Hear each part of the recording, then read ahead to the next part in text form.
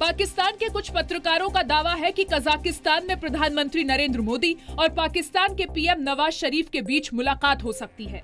दोनों नेता शंघाई सहयोग संगठन की बैठक में हिस्सा लेने कजाकिस्तान की राजधानी अस्ताना पहुंचे हैं। लोग कोशिश कर रहे हैं इंटरनेशनली भी, जैसे पुतिन कर रहे हैं कोशिश, जैसे कि चाइना के प्रेसिडेंट कर रहे हैं, और मुझे उम्मीद है कि ये मिल पाएंगे।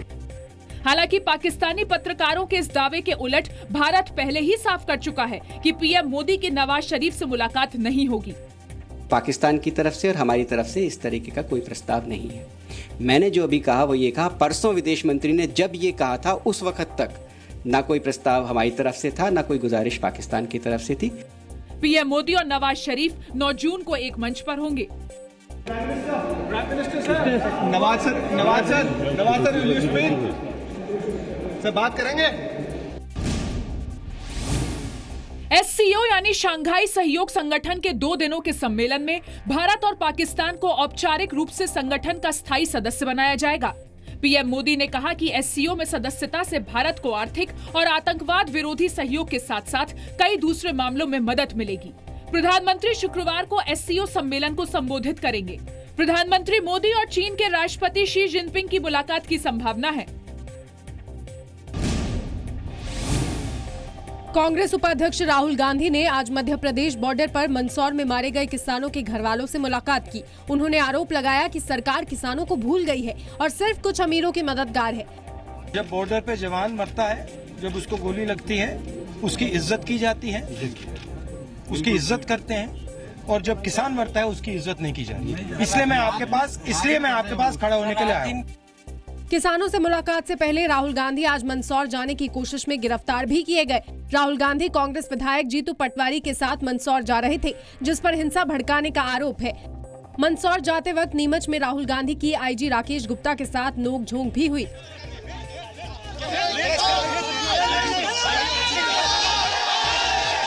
इस बीच मध्य प्रदेश के CM शिवराज सिंह चौहान ने कहा है कि राज्य में हिंसा फैलाने की कोशिश कामयाब नहीं होने देंगे।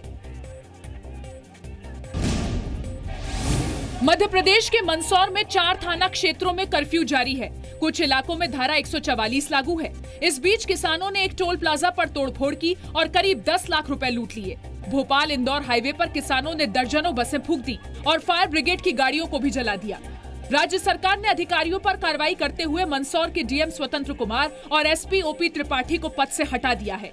शिवपुरी के कलेक्टर ओम प्रकाश श्रीवास्तव को मंदसौर भेजा गया है। मंदसौर के नए SP मनोज कुमार सिंह होंगे। मंदसौर में इंटरनेट सर्विस पर भी पाबंदी लगाई गई है। 5 किसानों की मृत्यु हुई है। वह पुलिस की गोली से ही मृत्यु हुई है। ये जांच में प्रारंभिक जांच में स्पष्ट हुआ है। इसमें जो लोग राजनीति कर रहे हैं वो न देश के किसान का भला कर रहे हैं, न देश का भला कर रहे हैं।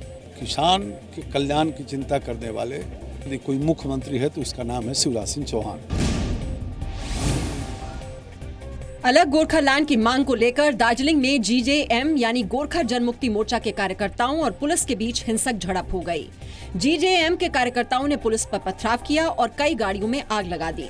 पुलिस ने भीड़ पर काबू पाने के लिए आंसू गैस के गोले छोड़े और हवा में गोलियां चलाईं। दार्जिलिंग में सेना की 2 टुकड़ियां तैनात की गई हैं। पश्चिम बंगाल की मुख्यमंत्री ममता बनर्जी अपने कैबिनेट के साथ पिछले 5 दिन से दार्जिलिंग में हैं।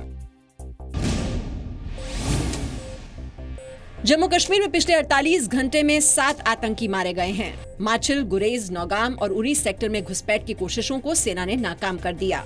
नौगाम सेक्टर में 3 आतंकी मारे गए। गोलीबारी में सेना का 1 जवान शहीद हो गया, जबकि 2 घायल हैं।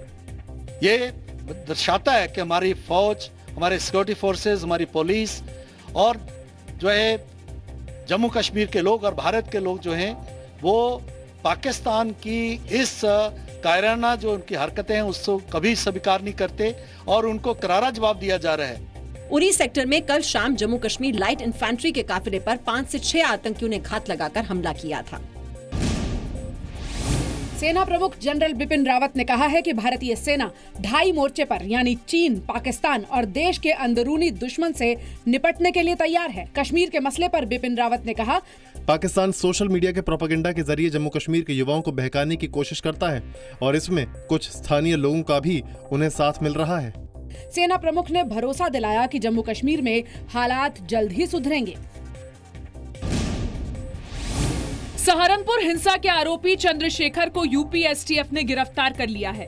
भीम आर्मी का संस्थापक चंद्रशेखर हिमाचल प्रदेश के डलहौजी में छिपा था। सूत्रों के मुताबिक इस गिरफ्तारी की भनक हिमाचल प्रदेश पुलिस तक को नहीं लग पाई। चंद्रशेखर को कल सहारनपुर के कोर्ट में पेश किया जा सकता है। सहारनपुर एसआईटी करीब लगभग 45 केसों को इन्वेस्टिगेट कर रही है जो उन दंगों से संबंधित है। उसमें अन्य कई केसेस में भी ये नामजद हुए हैं। जानकारी में इनका आया और नाम इनका डाला गया उन केसेस में भी। तो चूंकि ये एब्सकॉन्ड कर रहे थे, पकड़ में नहीं आ रहे थे, तो इनके खिलाफ 12,000 का इनाम भी था और पिछले कई दिनों से पुलिस इनके पीछे पड़ी हुई थी। भीम आर्मी पर 23 मई को शब्बीरपुर में मायावती के दौरे के बाद लोगों को भड़काकर हिंसा फैलाने का आरोप है। चंद्रशेखर की गिरफ्तारी के बाद सहारनपुर में इंटरनेट सेवा पर अस्थायी रूप से रोक लगा दी गई है।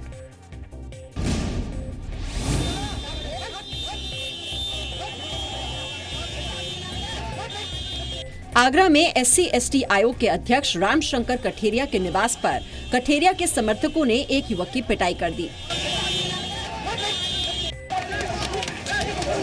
SC/ST आयोग का राष्ट्रीय अध्यक्ष बनने के बाद रामशंकर कठेरिया का स्वागत करने के लिए धनगर समाज के लोगों ने एक मंच बनाया था। कठेरिया को यहां अहिल्या देवी की प्रतिमा पर माल्यार्पण करना था। कठेरिया ने माल्यार्पण नहीं किया तो नाराज धनगर समाज के लोगों ने उनका पुतला जलाया। इसी पर कठेरिया समर्थकों ने धनगर समाज के एक युवक की पिटाई की। नहीं, कोई धनगर समाज के राष्ट्रीय अध्यक्ष बाहर बैठे हैं, हमारे साथ है। कल जो विरोध हुआ, कल जिस तरह से लाइव मारपीट हुई, जानकारी भी नहीं उसकी, जानकारी नहीं।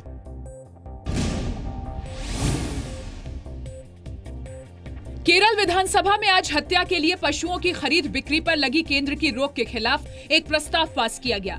प्रस्ताव में केंद्र से नोटिफिकेशन वापस लेने की मांग की गई। केरल विधानसभा में केंद्र के नोटिफिकेशन के खिलाफ लाए गए प्रस्ताव को न सिर्फ राज्य की LDF सरकार बल्कि कांग्रेस की अगुवाई वाली UDF का भी समर्थन मिला।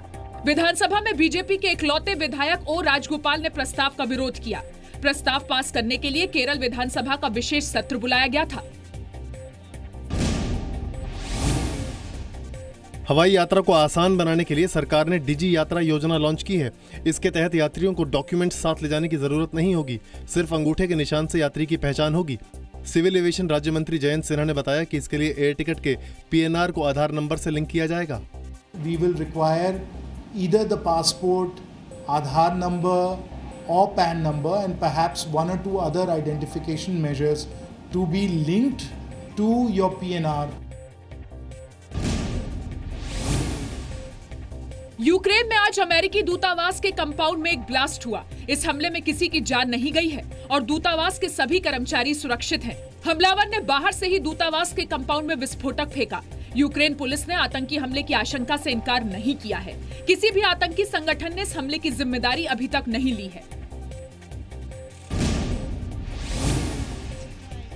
भारत के रोहन बोपन्ना ग्रैंड स्लैम जीतने वाले चौथे भारतीय बन गए हैं। फ्रेंच ओपन में आज रोहन बोपन्ना और गैब्रिएला डाब्रोवस्की की जोड़ी ने मिक्स डबल का खिताब जीत लिया।